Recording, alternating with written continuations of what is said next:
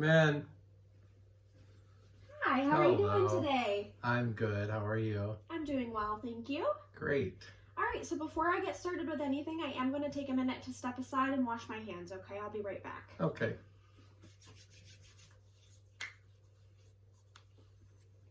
All right, so allow me to introduce myself. My name is Megan, and I am an occupational therapy assistant student. Today, what we're going to be doing is practicing taking your sling on and off, practicing some one-handed dressing with a t-shirt. We're going to get you up and moving a little bit and doing some sort of exercise, get that shoulder moving just a bit. And then we're going to follow up our treatment session with the application of a cold pack to hopefully address some of the swelling in your hand, okay? All right. How does all of that sound? Any questions so far? No, that sounds good. Okay, perfect. So before I get started with anything, let's talk a little bit about you, okay? So I understand that you're about 2 days post-surgery, is that correct? That is. Okay, and you had surgery on your right side to address a rotator cuff tear, is that correct? Correct. Okay, what side are you dominant on? On my left. On your left side, so your left side was not affected, which is really good to hear. And then you've also got some rheumatoid arthritis, is that correct? Yes. Okay, so where do you experience the most pain with your rheumatoid arthritis? Probably in the fingers. In your fingers? I would say that's probably the worst. Okay, and that's probably contributing to some of the swelling that's going on in addition to, the recent injury that you've sustained to your shoulder. And then you've also got some ulnar drift going on. Do you know anything about that condition? Not too much. I've heard of it. But... Okay. So basically what happens is your right hand tends to favor the side that your pinky is on. So when there's nothing providing support to your hand, it tends to droop a little bit. And what can happen if that occurs too frequently is you lose some of the function on your radial side, which is where your thumb sits. And then also you can get some muscle weakness throughout the hand as well. So it's very important we are wearing our sling. Do you know how often you're supposed to be wearing your sling? They told me, but okay. I think all the time. Yeah. Is that right? That's correct. So you have to wear your sling 24 hours a day, and that's for 2 reasons. The first reason being to protect the integrity of that shoulder while it's healing, and then also to provide some support for your hand so that we don't fall into that ulnar drift, okay? How are you doing with your sling so far? Are you experiencing any difficulty, anything bothering you? Yeah, it kind of rubs in the back here. Okay. Does that happen during the day or at nighttime? I'd say at night. At night when you're sleeping? Okay, so what we can do for that is look into some sort of cushions that we can use to provide some support and also provide sort of a barrier between the neck of your sling and then your pillow, and it'll kind of provide a little bit of a buffer. Does that make sense? That's a good idea. Okay. And then next, I want to know a little bit about your injury. I understand that you sustained it while you were at work, but what exactly were you doing when it happened? There's a really high shelf. I probably shouldn't have been reaching up that high, and I overreached, I think, and just all of a sudden Okay. Yeah, I was just reaching up on a shelf. Okay, that makes sense. Do you know your surgical precautions? No. Okay. They told me, but it's hard to remember. I was on a lot of pain meds. Okay. So we want to prevent as much range of motion at the shoulder as possible. So we don't want any excessive reaching up over the head. We don't want any excessive reaching out to the side. We don't want any rotation at the shoulder. So essentially you should not be putting your arms behind your back or behind your head, okay? And that is all pretty specific to this right side. Additionally, we don't want you to lift any objects that are 5 pounds in weight or more, okay? Got it. Have any questions before we start treatment? No, I think that's good. Perfect. Are you experiencing any pain today? Yeah, there's been some pain. Okay. Can you rate that for me on a scale of 0 to 10, 0 being no pain at all and 10 being severe? Well, I'd probably give it a 3. It's not too bad. Okay, perfect. So let's get started. First, what I'm going to have you do is practice taking that sling off. So as you can see, you've got some buckles over here, and then you've got the strap that goes across your neck. So what I want you to do is first unbuckle this side, then you're going to take the strap up over your head and unbuckle this side. When you bring your arm out of the sling, I do want you to provide a little bit of support for that hand using your unaffected hand, okay? All right. So go ahead and start whenever you're ready.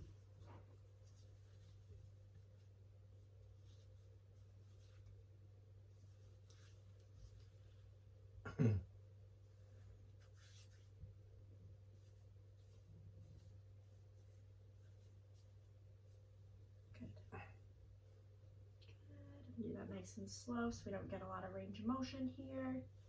Good. And I can take that from you. Thank you. All right. So now that we've successfully done that, we're going to practice putting a shirt on and off using a one-handed dressing technique, okay? Good. I've been wearing this shirt for days. All right. So what I'm going to have you do is reach for that shirt there with your left hand. And I'm going to have you lay it across your lap so that the neck of the shirt is toward your knees and the opening of the shirt is towards your belly. And it might be beneficial for you to scoot back just a touch so that you have, there you go, more support for that shirt and we don't drop it to the floor. You're going to lay it face down too. That's important to note. Good. And I'll provide a little bit of assistance for you just because it's your first time. All right. Okay, so now what I want you to do is take that left hand and you're going to find the opening of your shirt, thread the left hand through until you find this right sleeve, okay? I want you to find the opening. All right.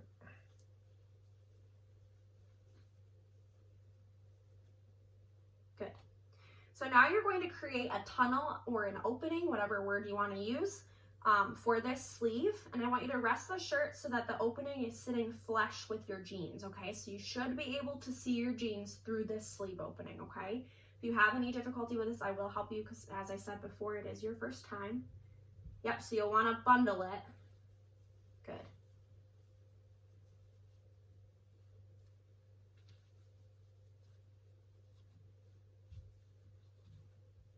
Good. Perfect. Okay, so now I'm going to promote just a little bit of leaning forward, and I am actually going to hold this opening for you just because it is your first time doing this independently. And what I want you to do is grab your right hand with your left and kind of thread it through the opening, and you can let that arm dangle a little bit because the gravity will actually serve useful. Okay, now you take the sleeve here and pull it up and over. Good. Perfect. Watch that shoulder.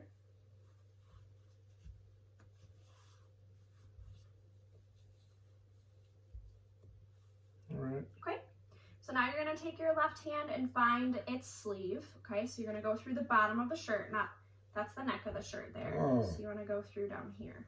Thank you. You're welcome. Good. Make sure you get that threaded on nicely. I'll help you getting it toward the top. There. Good.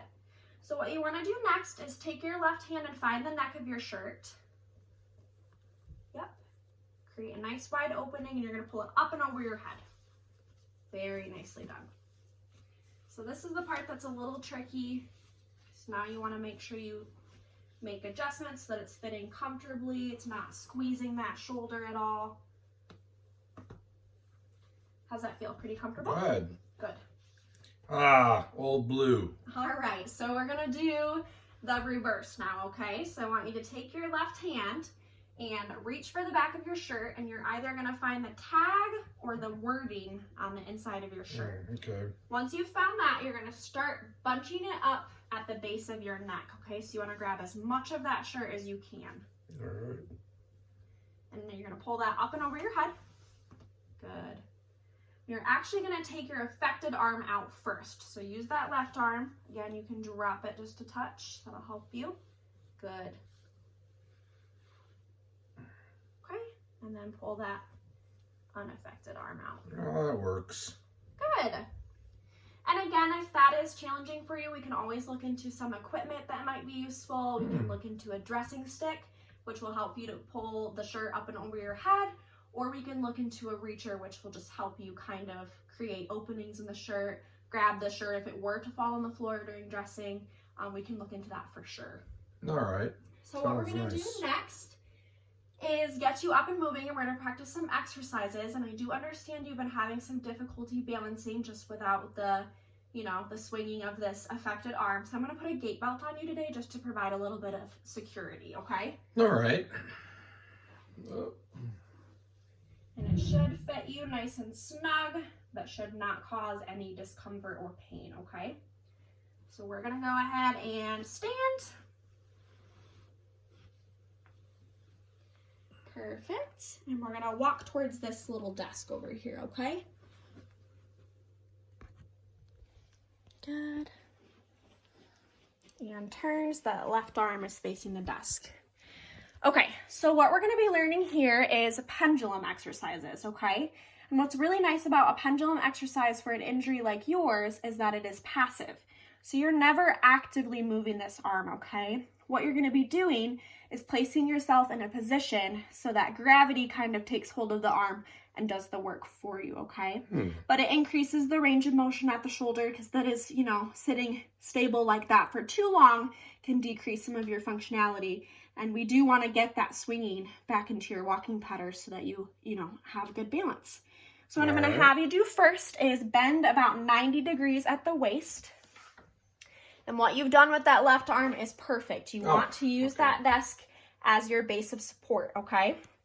What you'll do next is actually drop this affected arm very slowly and gently. And you want it to hang loosely there, okay?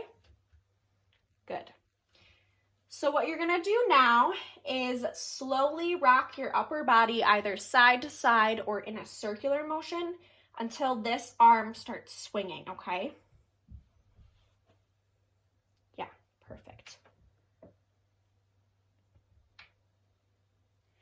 And what we'll do today, just because it's your first time trying this exercise, is we'll do 3 sets, and within those 3 sets, your arm should circle 5 times both directions. Does that make sense? Yeah. Okay. And I want you to take a rest break in between each set as well, okay? So go ahead and try your first set. How should my back be? Like, your back should be flat. So you Okay. should lean a little bit more forward. We don't want a huge curve of the spine there, okay? All right. All right. Go ahead and start that first set.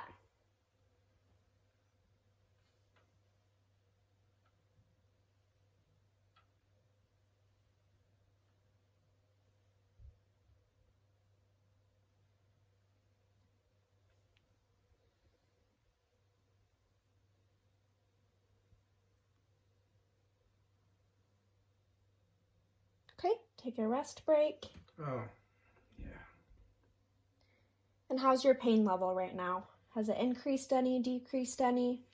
You know, I'd say it's a little less. This feels kind of good to move the shoulder a little bit or the arm. Okay, You know? so on that same scale of 0 to 10, what would you say it's at now? I'd say 2. 2? Perfect. Go ahead and start that second set.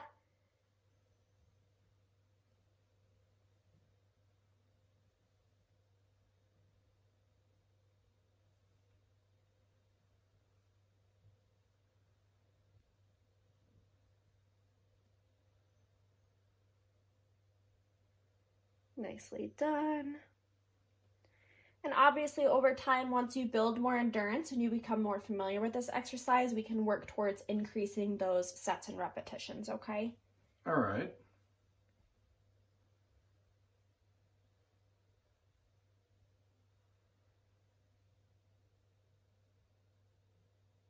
Okay. All right. So you can slowly stand back up. And I'm actually going to make my way behind you here so I can get on that affected side. Oh, I was on the right side. I'm just kidding with you. Go ahead and make your way back to where you were seated at the beginning of the session, okay? All right. Good. And slowly lower back down. Nice. Okay.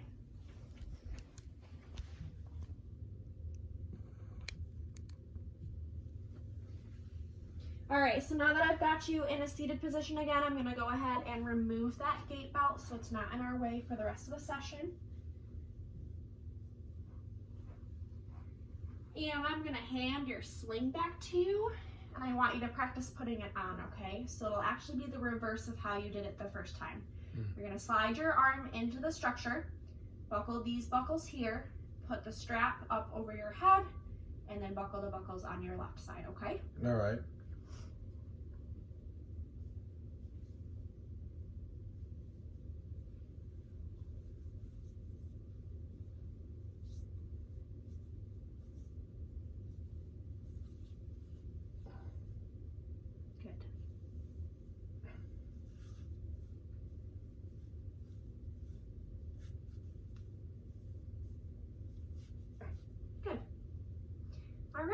So how we're going to close our session today, and probably how we'll close most of our sessions, just because it's really a nice way to reduce any pain that you might be experiencing, and also it's going to address that swelling of the hand due to your rheumatoid arthritis and also due to your surgical site, is application of a cold pack. Have you used any sort of hot or cold modalities before?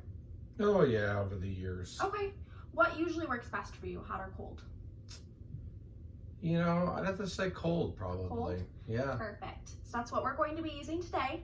Typically, cold packs serve to reduce any sort of inflammation that might be going on, and then also to alleviate pain. So I'm going to bring this cold pack over.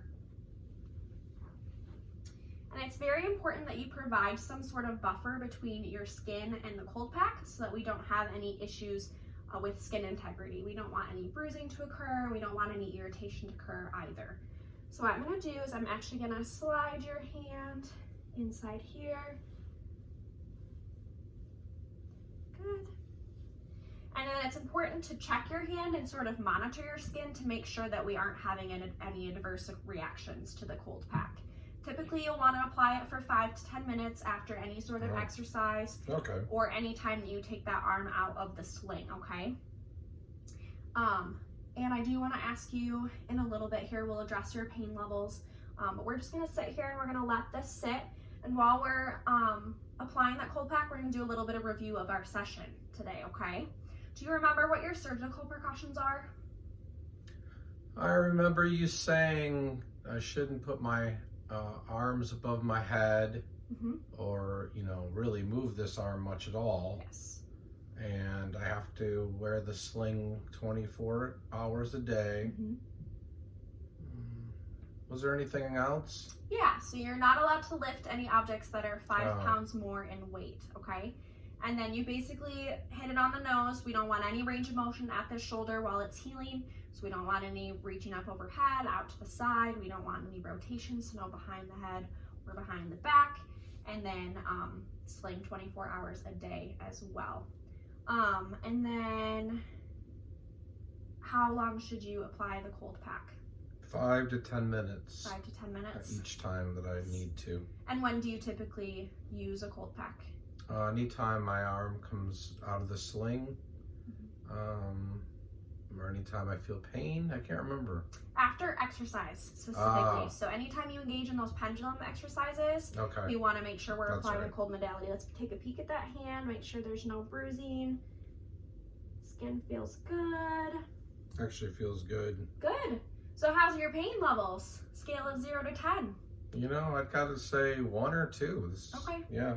Good. It's definitely helped a bit today. So the cold pack and getting up and moving was beneficial for you. Yeah. Perfect. I'm ready to get back to normal. Yeah, I bet. Okay, so we're gonna take your hand out for now. And we'll make sure we apply it for that full 5 to 10 minute duration within our next couple of sessions.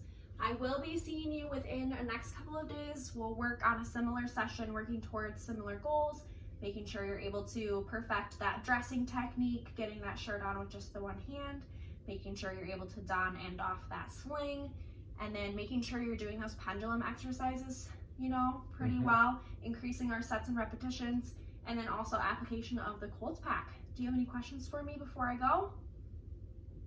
No, I think you covered it, Megan. Okay, perfect. It was a pleasure working with you today, Sean. Well, thank you. All right, have a good one. Thank you. Take care. Thank you.